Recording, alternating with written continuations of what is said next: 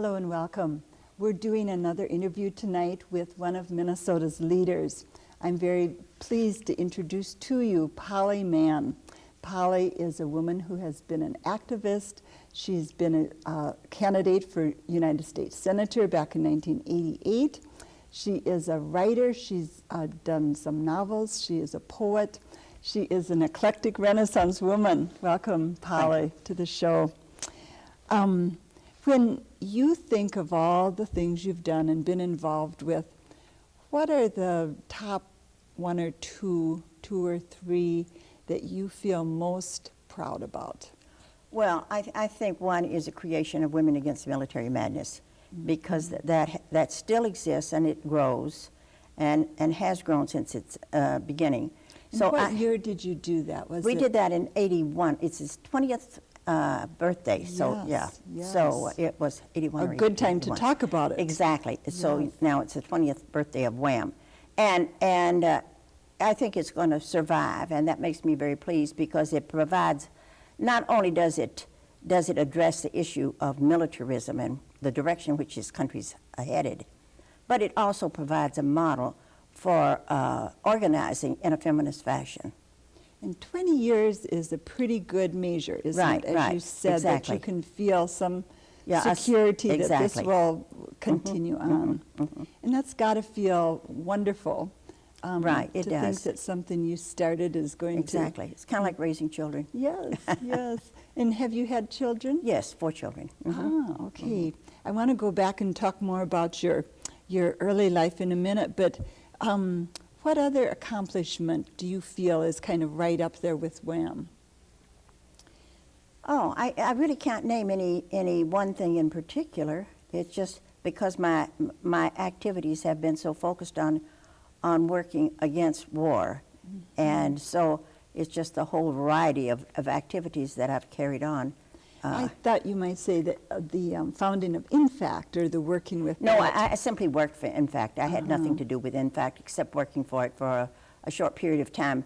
I was involved with the Women's Cancer Resource Center, which from its initiation, I wasn't one of the charter members, but I think in the first year I got involved with it.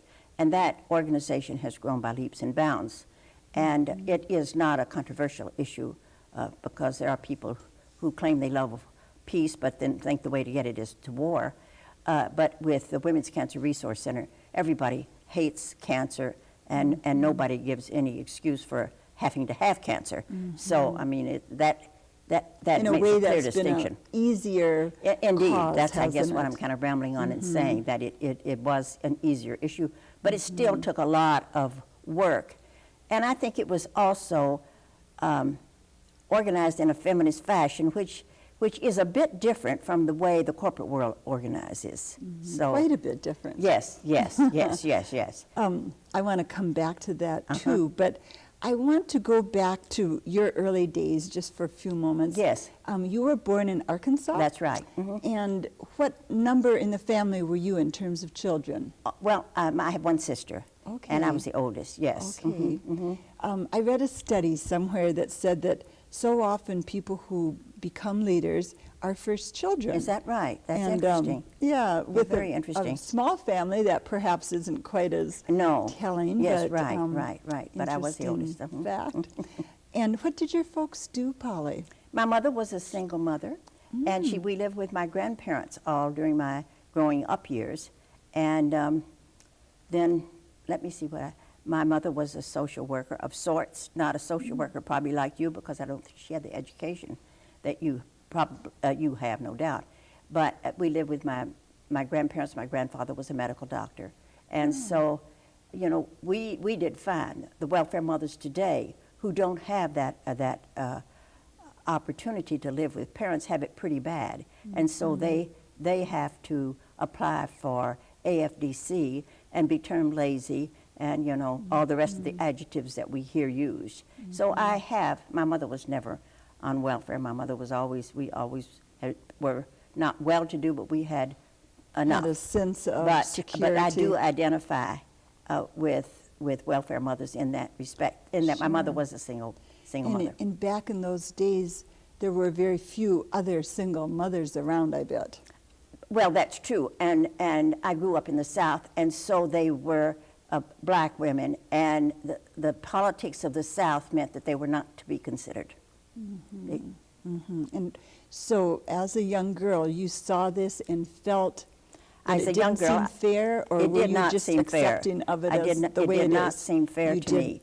But you're really prohibited, as you well know, by the mores of the people with whom you live. Right, And so you're not free to really explore what you believe. And I think if I'd stayed in the South, I probably, well, I know I would be a great deal different, think a great deal different from what I do today, because Minnesota, the people that I've known in Minnesota really, really educated me in many ways. Education comes in lots of ways. It's not only in books. But I've had good friends who've challenged some of my Southern beliefs and sometimes laughing outright at me.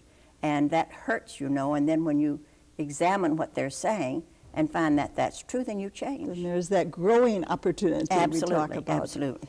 Was your father never in the family? And my mother and father were divorced very well when my sister was probably a baby, so I never knew my father. And how did you get to Minnesota, Polly? My husband, I worked during the war, during World War II. My husband worked I worked at an Army camp, and I was working in the quartermaster's office, which is the office of supply. Right, I worked as a chief clerk. Oh, okay. And my husband was had been drafted, and was sent to Arkansas. So he had passed the And bar he was a examination, Minnesota right? boy? And was sent there. And I think I'm trying to remember what he did, examine contracts or something like that, in the same office with me. And now you and Walter have been married how many years? 50-something, maybe. 50-something, that's Yeah. great.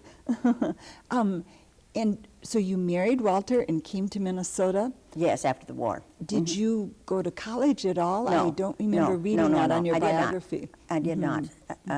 My education has all been pretty much Self-taught right, and self-determined, which is kind of interesting. Have you ever considered going back? Has that been important to you, or have you No, felt actually, that? I worked at a college for 4 years, and I could have done that, but, and I have taken college courses, but I've taken those that I wanted to, that pertained to what I was you. interested in. And I've taken literature courses and writing courses and so forth. But I really, I decided it didn't matter to me, that I was not going to use a degree to get a job, which is, you know, one of the reasons why one gets a degree. And I knew that I could get what I wanted by really applying myself to reading, and I did.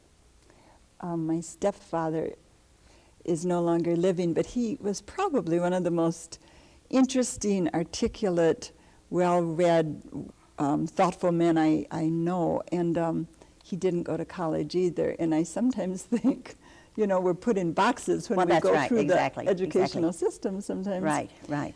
When I called you and we talked on the phone about leadership, I'd love to have you share with the audience what you said to me about what you think about leadership, because you have a take on it that's quite different from my other guests who've been on this series. Well, in the areas in which I've worked, leadership really has been willingness to serve. It's being involved in a cause and seeing that cause needed something, needed a particular way to be addressed, needed energy, needed organization. And so if you're willing to do it, you're the leader. I especially have seen this during the Vietnam War, for example, when the students organized. And I was with them. This was in southwest Minnesota when I was working at Southwest State University. And there was no blueprint for that. It just evolved. And they did what they had to do. So the groups that I've been with, we had to decide where we were going, how we were going, what the process was going to be. And was it kind of decision-making by group consensus then? It wasn't even that formal. Not even that formal. No. It would be more you and I talking about something that needs to get done. And then you invite some friends, and I would invite some friends, and we'd get together and say, where do we go from here? And there is a Russian adage that describes this perfectly, and it says, remember, pilgrim, there is no path. The path is made by walking. So, like it. so you determine just what you're going to do and how you're going to do as you do it. As you're And going. you make mistakes and you backtrack because there's no guarantee that the way you're going is correct. But it is very expansive. It allows room for creativity in which a system that puts a lot of white paper up on the walls and tapes it to the walls and says, here's where we are, here's where we want to go, and here's how we get to it, and this is what you're going to do. Very by the book, by the rules. That's right. So you're probably not a goal setter per se. No, I don't think so. I don't think so. Fact is, it really bores me. You know, when people start talking about mission statements and my eyes glaze over and I think, I'm going to miss that meeting. Because And you know that will take 2 hours at least to hammer out, and right? Generally, I know what my mission is. And I don't even want to put that on other people. And it's just not a process that interests me. It's working out the details. I think at WAMIT we worked that out by organizing and then understanding later what we had done and why we had done it. It's maybe necessary to get that involved in process so that you really understand.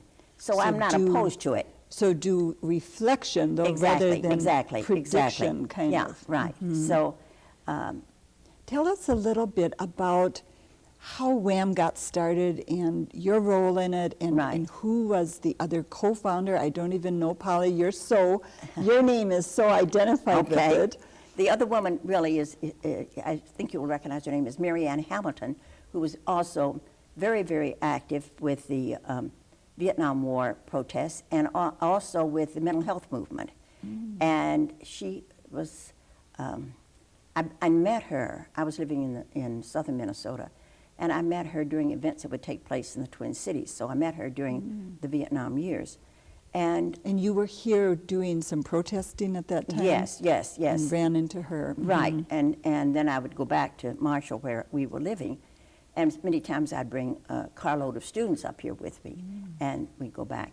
So when I moved here in about 80, I came.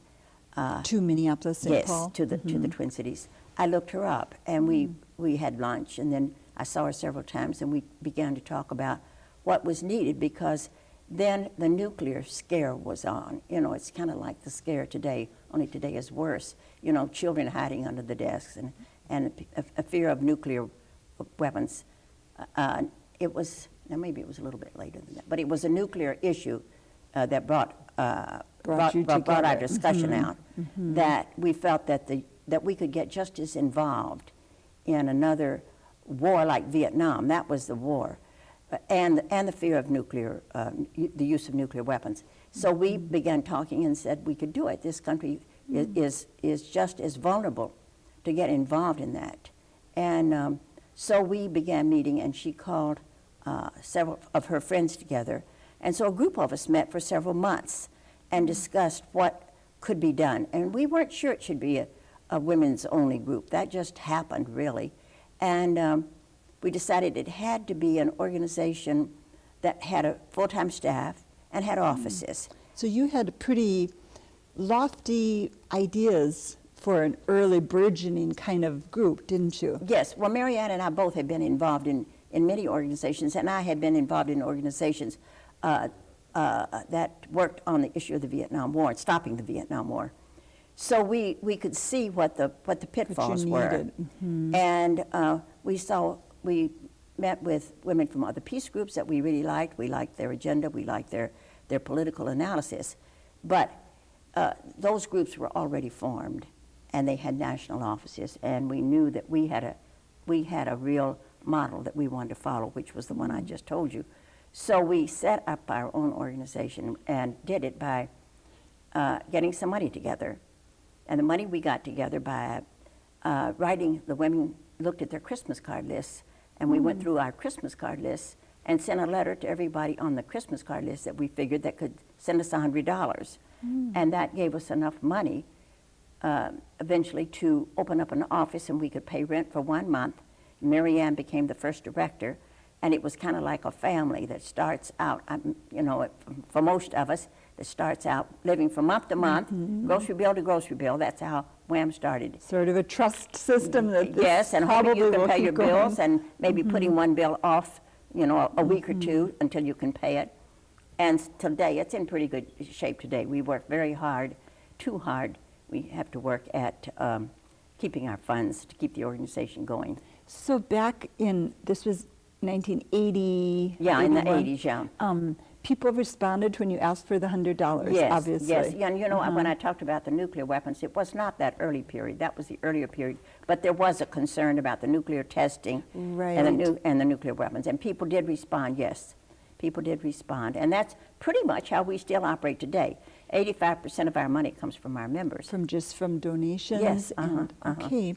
And you said that you didn't join with another group that was already established. Right. Because you wanted to follow this kind of evolving type Right. process. Is And that we right? did, exactly. And other groups, most groups that have national headquarters, and Minnesota is you know, this so often happens in Minnesota, that a group that has a national headquarters and has a Minnesota chapter, the Minnesota chapter ends up paying a disproportionately large amount of money to that national chapter, and that's what happens. So, but then the national then determines the policy.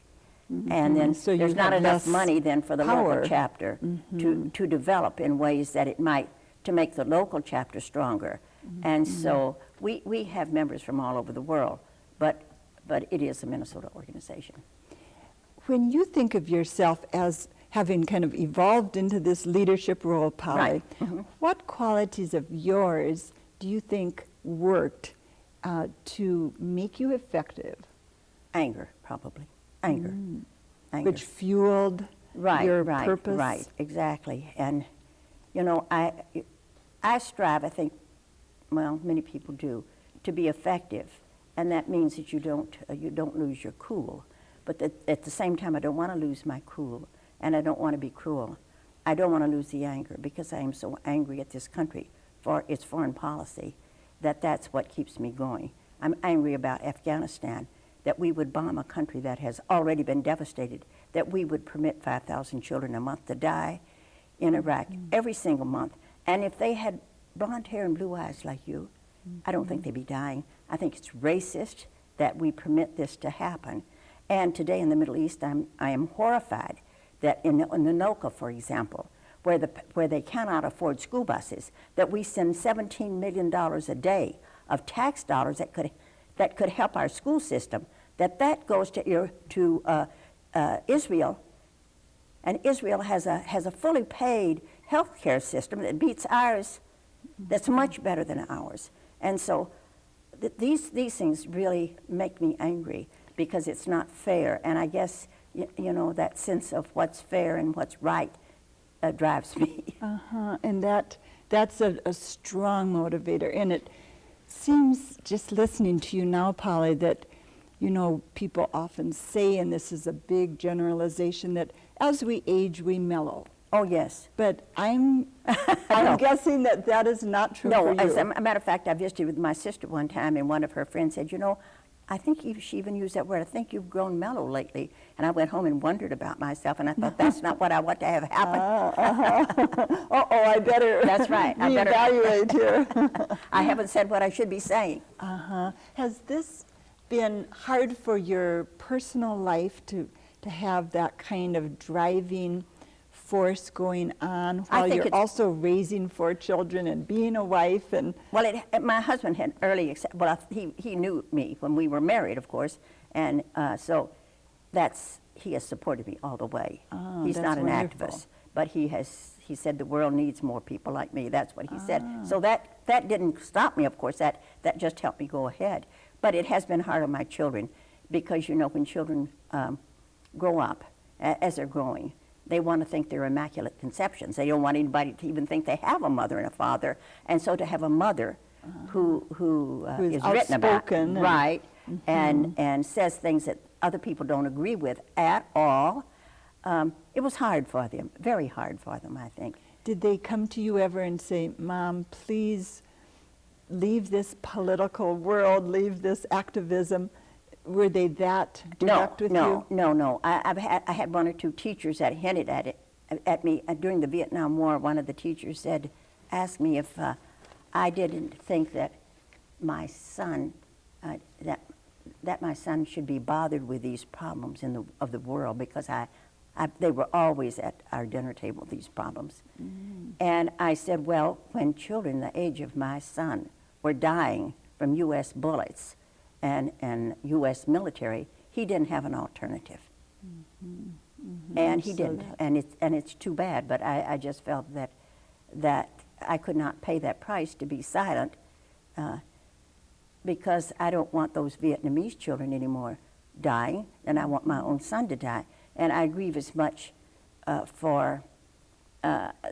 grieve for the people who commit who are in the Army, who are forced to kill others, because they suffer trauma. They suffer from a post-traumatic stress condition as a result of killing.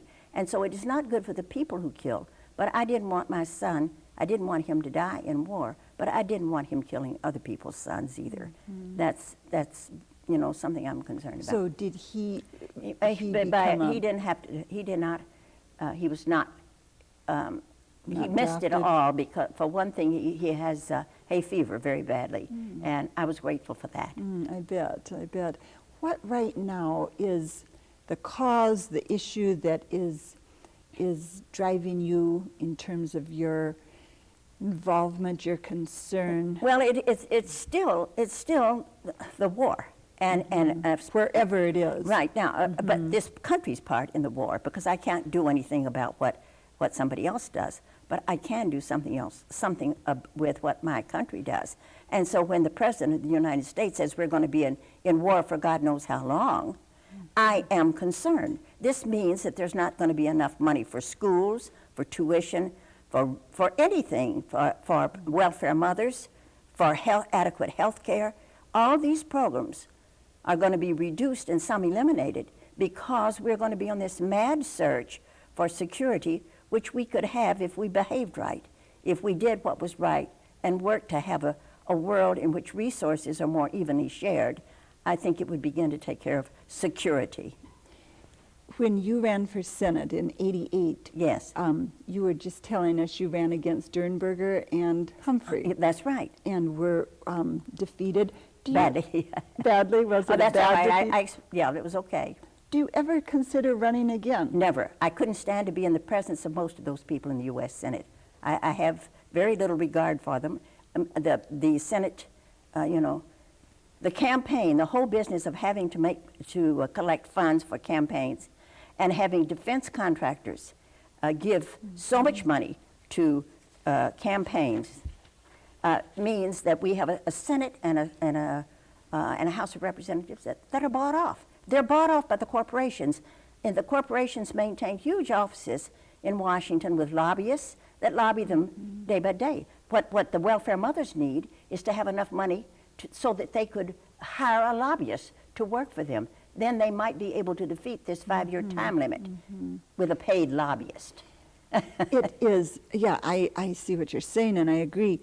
But doesn't our system kind of work through the political? I mean, isn't that how change happens in America? And how can you effect change In the streets today. on the streets? In the streets, because Via the rallies, via protests? Yes, because the Democratic and the Republican Party, neither one of them are anti-war parties. The Democrats have absolutely played dead in this session of the Congress, and let the Republicans do whatever they wanted. They clap, clap, clap, clap, clap. There was only one vote against going into against attacking Afghanistan, and that was a representative from California, a black woman named Barbara Lee.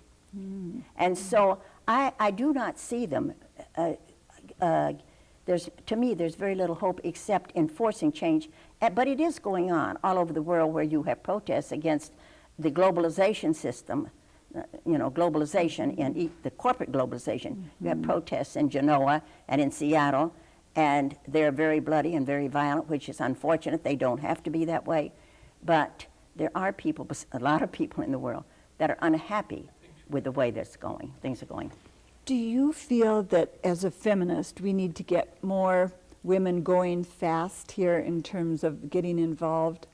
Absolutely, I feel that way. And where they really have been involved, they've been very effective. The women of Okinawa have been, and I was just reading something recently about women in Israel that are working because they're unhappy with not a small number, but there are groups of women in Israel who are unhappy with Israel's foreign policy.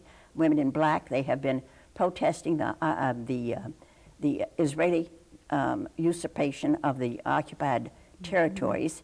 And so, yes, I see women involved and all over the world. Do you think women as a body are unaware of their power, Polly? Yes, but I think they're beginning to be.